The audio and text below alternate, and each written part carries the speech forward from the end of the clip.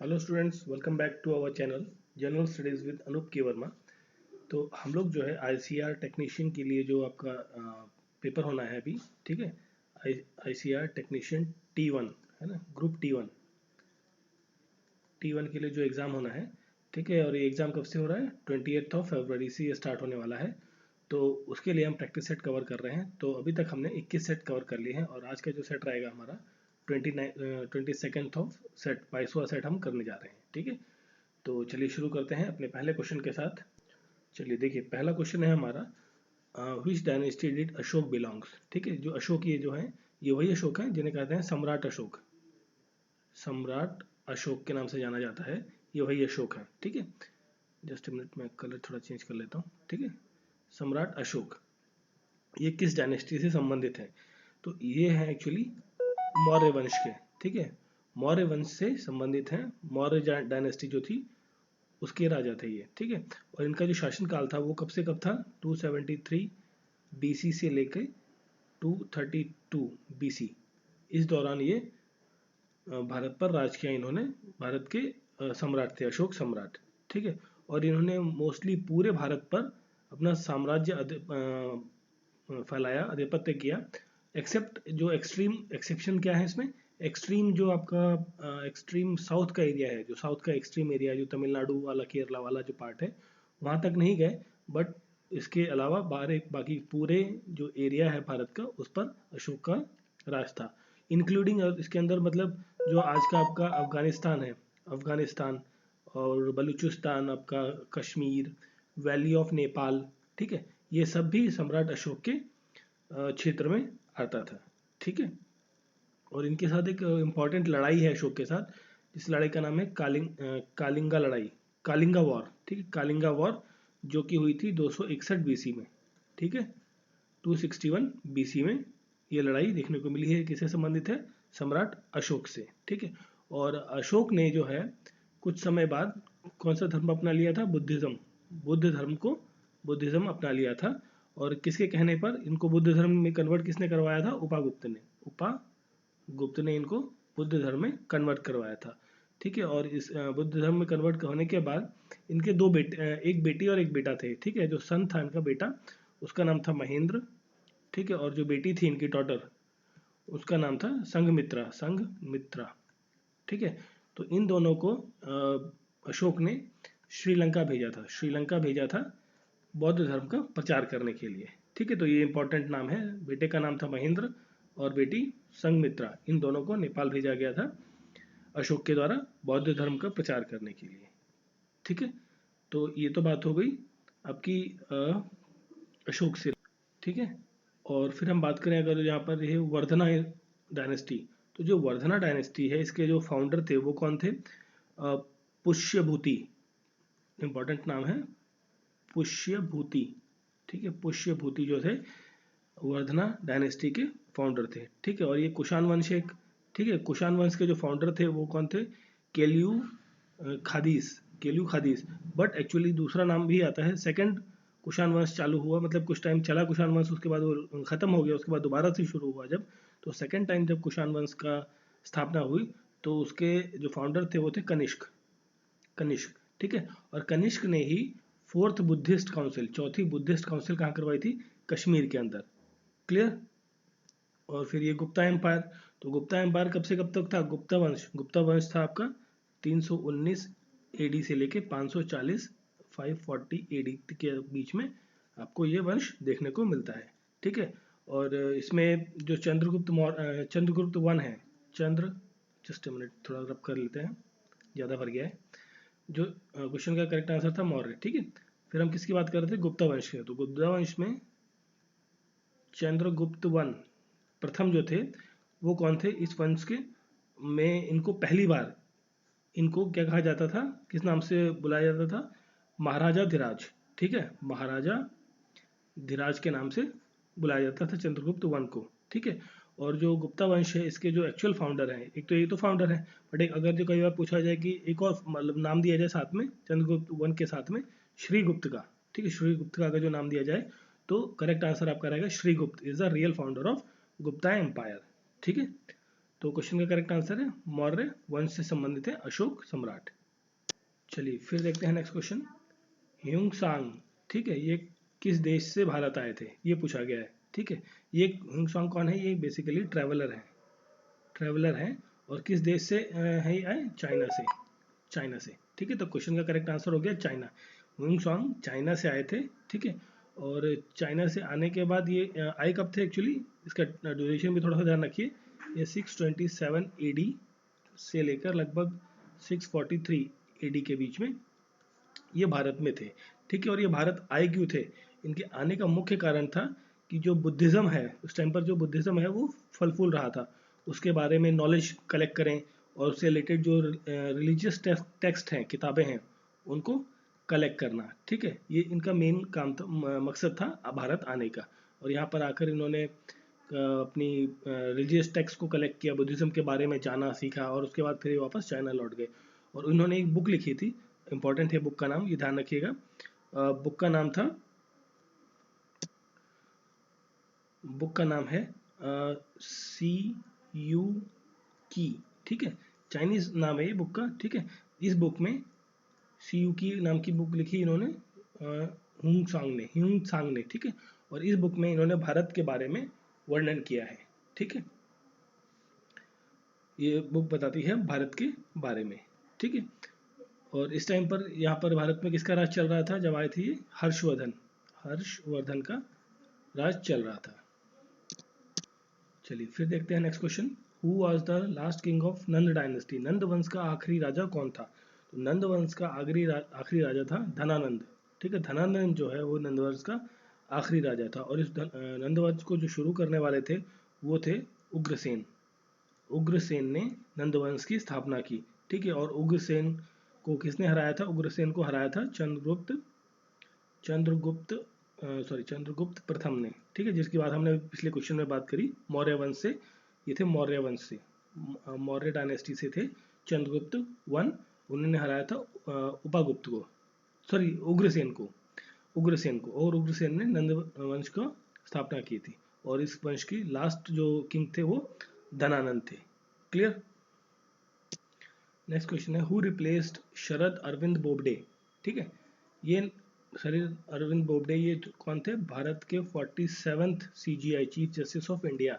ठीक है, इनको किसने रिप्लेस किया है और वो अब बने हैं 48th CGI। ठीक है, भारत के, तो वो हैं NV रमन्ना। ठीक है, NV रमन्ना को रिकमेंड किया था, रिकमेंडेशन लेटर दिया था कि भाई इनको CGI बनना चाहिए श्री शरद अरविंद बोबडे ने। ठीक है, और ये जो CGI का पद है या जो अदर जजेस हैं सुप्रीम कोर्ट में, हाई कोर्ट्स में, उनकी जो नियुक्ति होती है वो होती है क्लॉज 2 आर्टिकल 124 के तहत। और कौन करता है, प्रेसिडेंट करता है, प्रेसिडेंट इनकी नियुक्ति करते हैं। ठीक है, और ठीक है, ये तो आपके 48 हो गए, ये हो गए 48 नंबर के CGI ऐसे बोबडे, मतलब शरद अरविंद बोबडे, ये आपके 47 नंबर के हो गए। रंजन गोगोई, ठीक है, ये है 46 नंबर के चीफ जस्टिस। इनके ही कार्यकाल में जो राम मंदिर विवाद है उसका फाइनल डिसीजन वर्डिक्स आई है। ठीक है, रंजन गोगोई। और उससे पहले थे आपके 45th नंबर के जो CGI हैं, चीफ जस्टिस ऑफ इंडिया, दीपक मिश्रा। ठीक है, तो ये क्रोनोलॉजी भी कई बार एग्जाम में आ सकती है आपको।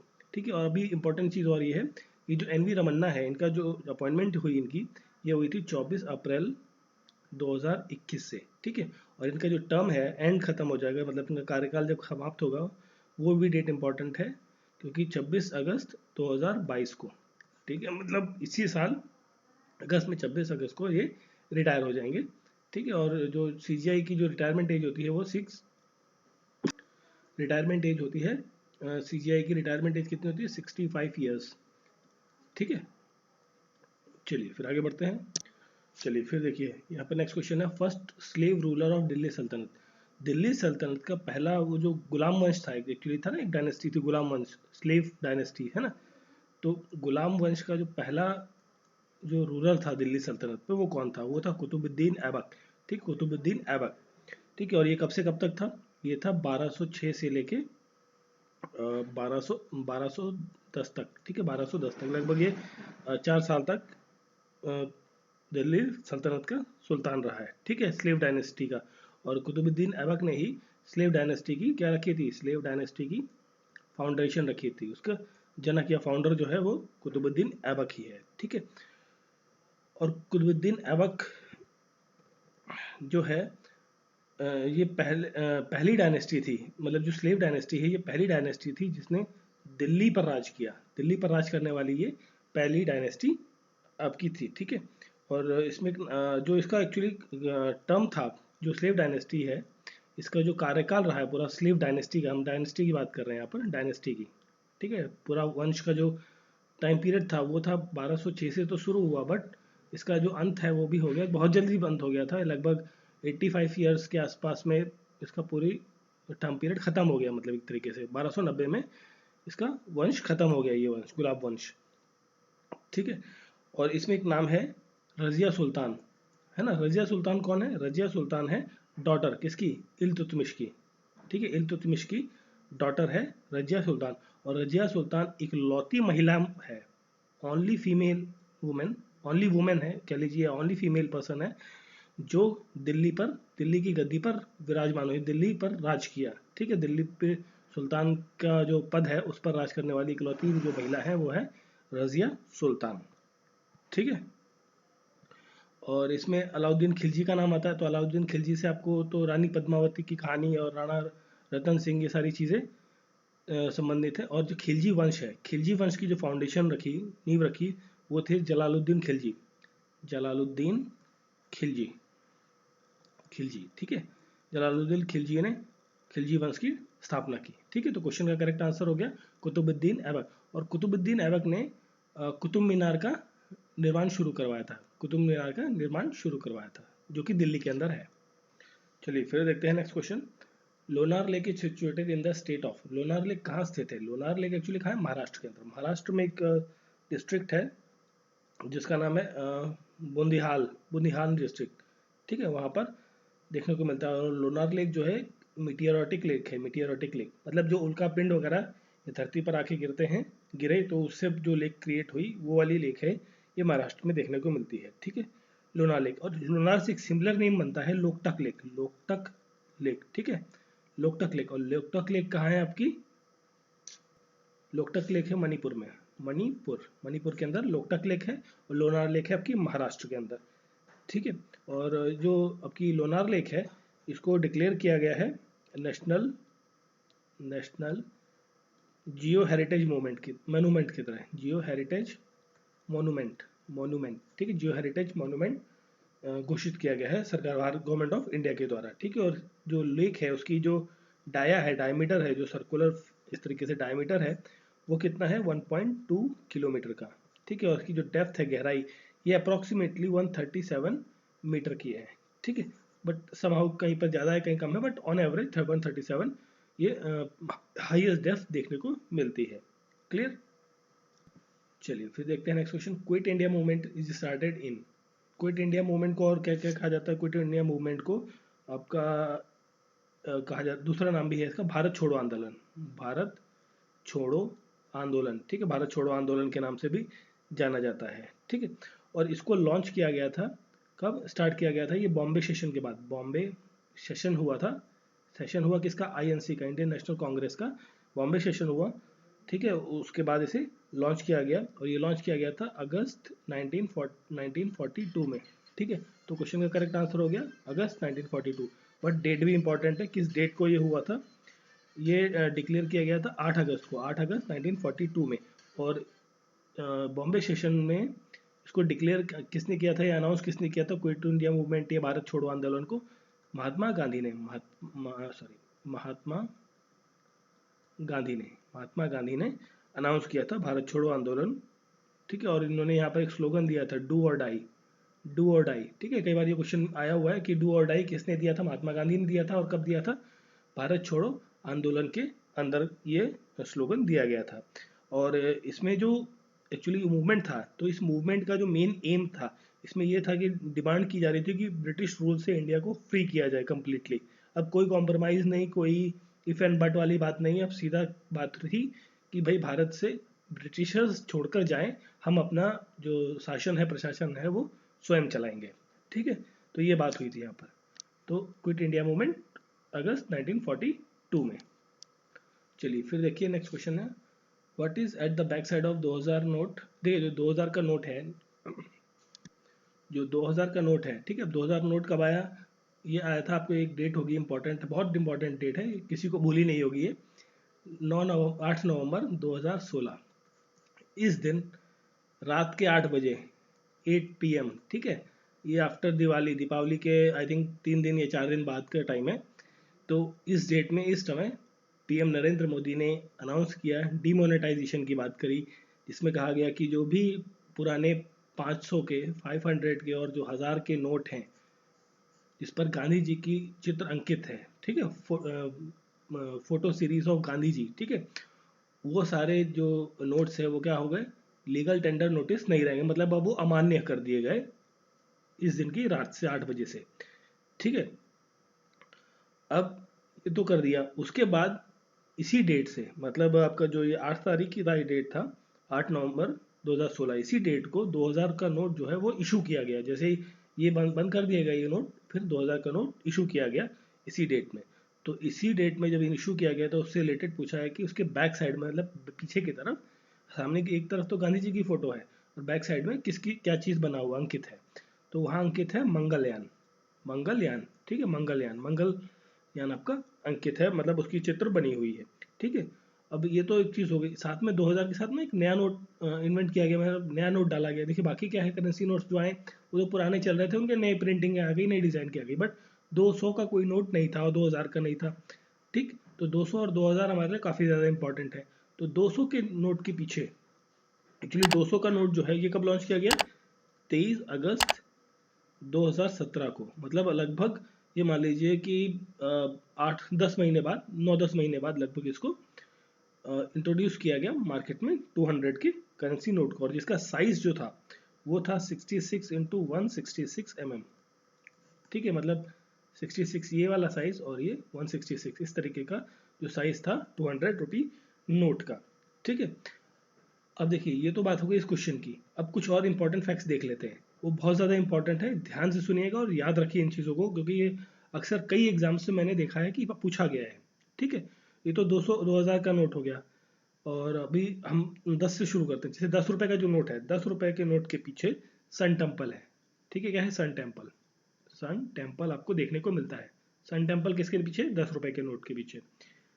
फिर 20 रुपए का नोट आता है आपका, 20 रुपए के नोट के पीछे एलोरा की जो गुफाएं हैं, एलोरा, एलोरा जनता, जो महाराष्ट्र में गुफाएं हैं, केव्स हैं, उनका चित्र जो है वो 20 रुपए के नोट के पीछे है। ठीक है, फिर आता है 50 रुपीज़ का नोट। ये हम किन की बात कर रहे हैं, न्यू सीरीज की, जो नए नोट प्रिंट हुए हैं, न्यू करेंसी आई है भारत में, ये उनके पीछे की हम बात कर रहे हैं, ओल्ड करेंसीज के बारे में बात नहीं कर रहे हैं। ठीक है, ध्यान रखिएगा।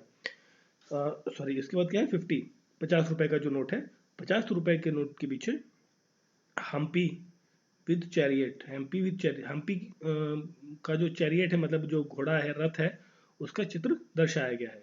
ठीक है, 10, 20, 50 के बाद 100, 100 रुपीज़ का जो नोट है, 100 रुपीज़ के नोट के पीछे रानी की वाव है। कौन सा, रानी की वाव, ऑप्शन नंबर जो डी है आपका, रानी की वाव। ठीक है, ये कहाँ पर है, गुजरात के अंदर, गुजरात में वडोदरा में, वडोदरा डिस्ट्रिक्ट में ये रानी की वाव आपको देखने को मिलती है। ठीक है, उसके बाद 100 के बाद आपका आता है 500 रुपए का नोट, जो 500 रुपीज़ नोट है, न्यू नोट, उसके पीछे किसका क्या दर्शाया गया है, गांधी जी की जो फोटो है उसके बैक साइड में, उसमें दर्शाया गया है सांची स्तूप। सांची स्तूप, सांची के जो स्तूप है कहाँ पर, MP में, मध्य प्रदेश में। ठीक है, नहीं नहीं, एक्चुअली ये 500 नहीं, 200 है, सॉरी, ये 200 है। 200 रुपीज़ के पीछे क्या है, सांची के स्तूप है। ठीक है, और फिर हम लास्ट में बात करते हैं 500 रुपीज़ के बारे में। तो 500 रुपीज़ के पीछे लाल किला है, रेड फोर्ट, रेड फोर्ट। ठीक है, लाल किला का चित्र है 500 रुपए के नोट के पीछे छपा हुआ है। ठीक है, और 500 के बाद फिर हमारा कौन सा करेंसी आता है, 200 रुपीज़ का, 200 के पीछे क्या है आपका, मंगलयान। ठीक है, तो ये सारे करेंसी नोट्स के पीछे बैक साइड में क्या क्या है वो चीज़ ज़रूर ध्यान रखिएगा। ठीक है, चलिए फिर आगे बढ़ते हैं। चलिए फिर देखते हैं नेक्स्ट क्वेश्चन। क्वेश्चन है हमारा, monsoon arrives in India approximately, जो मानसून है आपका, तो आपका जो भारत में मानसून आता है, शुरू होता है, वो कहाँ से होता है? साउथ वेस्टर्न से होता है, साउथ वेस्ट से मानसून की शुरुआत होती है और ये टाइम पीरियड होता है लगभग अर्ली ऑफ जून का। ठीक है, तो अर्ली ऑफ जून का मतलब ये हो गया कि जो केरला कोस्ट है आपका, ये साउथर्न पार्ट है केरला कोस्ट, इस कोस्ट पे जो है वो 1 जून में लगभग मानसून की दस्तक देखने को मिलती है। ठीक है, और मानसून जो है यहाँ से बढ़ते हुए मुंबई होते हुए, कुछ रेज आपकी मुंबई चली जाती हैं, कुछ वेव्स इस तरीके से वेस्ट बंगाल की तरफ, कोलकाता की तरफ जाती हैं। तो ये मुंबई और कोलकाता जब तक पहुँचती हैं तब तक जो समय हो जाता है वो 10 से 13 जून मतलब 10 दिन बाद, लगभग 10 दिन बाद कोलकाता और इधर मुंबई के एरियाज में आपका ये मानसून पहुंच जाता है। ठीक है, क्लियर। चलिए फिर देखिए, नेक्स्ट क्वेश्चन है आपका, इसमें पूछा गया which is the largest river among the following, इनमें से सबसे लंबी रिवर कौन सी है। अब चलिए देखिए, वैसे तो अगर यहाँ पर लिखा होता है ना कि which of the following river largest river in India, in a pan India और इन इंडिया, अगर जो भारत के अंदर की बात करता, ठीक है, क्वेश्चन में अगर जो स्पेसिफाई कर देता कि भारत के बाउंड्री के अंदर पूछा जा रहा है, तो वो कौन सी होती, फिर तो कब की गंगा रहती। ठीक है, जिसकी लेंथ कितनी है, 2525 किलोमीटर की। क्लियर। बट यहाँ पर जो करेक्ट आंसर होगा वो क्या है, ब्रह्मपुत्र। ब्रह्मपुत्र जो है इसकी जो लेंथ है वो कितनी है, 2900 किलोमीटर की। ठीक है, 2900 किलोमीटर की लेंथ है ब्रह्मपुत्र रिवर की। ठीक है, और जो ब्रह्मपुत्र रिवर है ये कहाँ से आती है, ये आती है तिब्बत से, तिब्बत से निकलती है, और जहाँ से निकलती है उस जगह का नाम है यामदोंग, जस्ट अ मिनट, ये शुरू होती है आपकी तिब्बत में कैलाश मानसरोवर, कैलाश रेंज से शुरू होती है, और फिर तिब्बत से होते हुए ये कहाँ जाती है, और तिब्बत में जब ये फ्लो हो रही होती है तो इसका नाम होता है यार्लिंग सैम्पो। ठीक है, यार्लिंग सैम्पो के नाम से जानी जाती है तिब्बत में, और फिर ये अरुणाचल प्रदेश से भारत में प्रवेश करती है, उस जगह का नाम है नामचा बरुआ। ठीक है, और यहाँ पर नाम होता है इसका दिहांग रिवर के नाम से जानी जाती है। उसके बाद जब ये आसाम में एंटर करती है, आसाम के अंदर, तब ये बनती है ब्रह्मपुत्र रिवर, और ब्रह्मपुत्र रिवर आसाम के अंदर मजूली आइलैंड जो है दुनिया का सबसे बड़ा रिवराइन आइलैंड है, वो बनाती है। उसके बाद फिर ये आसाम होते हुए कहाँ चली जाती है, बांग्लादेश। ठीक है, बांग्लादेश। ठीक है, और बांग्लादेश में इसका नाम होता था जमुना रिवर, और उसके बाद फिर ये बे ऑफ बंगाल की खाड़ी में गिर जाती है। ठीक है, तो ये सब थोड़ा सा कुछ और इन्फॉर्मेशन हो गई इस चीज़ से। और यमुना रिवर है, इसकी जो लेंथ है ये एक्चुअली कम है, अप्रॉक्सीमेटली 1400 के आसपास है इसकी लेंथ, और ये किसकी ट्रिब्यूटरी है, गंगा की। ठीक है, और साबरमती आपकी कहाँ की रिवर है, या अहमदाबाद में आपकी फ्लो होती है, और ये ठीक है। अब देखिए कुछ और इम्पोर्टेंट चीज़ों के बारे में बात कर लेते हैं, जो आपका एक तो ये हो गया आपका ये। ठीक है, हम बात करते हैं गोदावरी की। ठीक है, गोदावरी रिवर जो है वो 1465 किलोमीटर की है। ये पेनिसुलर इंडिया की, मतलब जो दक्षिण भारत है, दक्षिण भारत की सबसे बड़ी रिवर फ्लोइंग है कौन सी, गोदावरी, 1465 किलोमीटर की। ठीक है, जैसे गंगा है उत्तर भारत की सबसे बड़ी रिवर, पूरा साल बहने वाली, वैसी गोदावरी जो है साउथ इंडिया की, पेनिसुलर इंडिया की सबसे बड़ी रिवर है, और जो हमेशा पूरे साल फ्लो होती है। ठीक है, और फिर साउथ में एक और रिवर है कृष्णा रिवर। ठीक है, कृष्णा रिवर जो है इसकी लंबाई लगभग 1400 किलोमीटर के आसपास की है। और यमुना रिवर की बात करें तो हम 1400, इसकी एक्चुअल की बात करें 1346। ठीक है, 1376 किलोमीटर की इसकी यमुना की लेंथ है। ठीक है, अब हम ब्रह्मपुत्र की कितनी थी, 2900 किलोमीटर, तो इतनी ही 2900 किलोमीटर की एक और रिवर है जिसका नाम है इंडस रिवर। जो इंडस रिवर है उसकी भी लेंथ कितनी है, 2900 किलोमीटर, बट ये इंडिया में मोस्टली नहीं बहती है, पाकिस्तान में जाकर फ्लो होती है। ठीक है, तो आई होप सो आपको ये सारी चीज़ें क्लियर हो गई होंगी। तो ये था आपका जो सेट नंबर 22। ठीक है, हमने कवर किया है। अगर जो आपको वीडियो अच्छा लगा है तो प्लीज़ लाइक, सब्सक्राइब और बेल आइकन प्रेस करें, और साथ में अपने दोस्तों को फॉरवर्ड करें। ठीक है, और आपका एग्ज़ाम जो है बहुत ही नज़दीक है, टाइम काफ़ी कम है, और इसके एडमिट कार्ड्स भी जो है एग्ज़ाम के वो इशू हो चुके हैं। ठीक है, और सबके एग्ज़ाम शिफ्ट अप की चेक कर ही लिया होगा डेफिनेटली आप सभी ने कि आपका कब एग्ज़ाम है, तो इस हिसाब से प्रिपरेशन को बूस्टअप कर दीजिए ताकि आपका सिलेक्शन के चांसेस काफ़ी ज़्यादा हो जाए। ठीक है।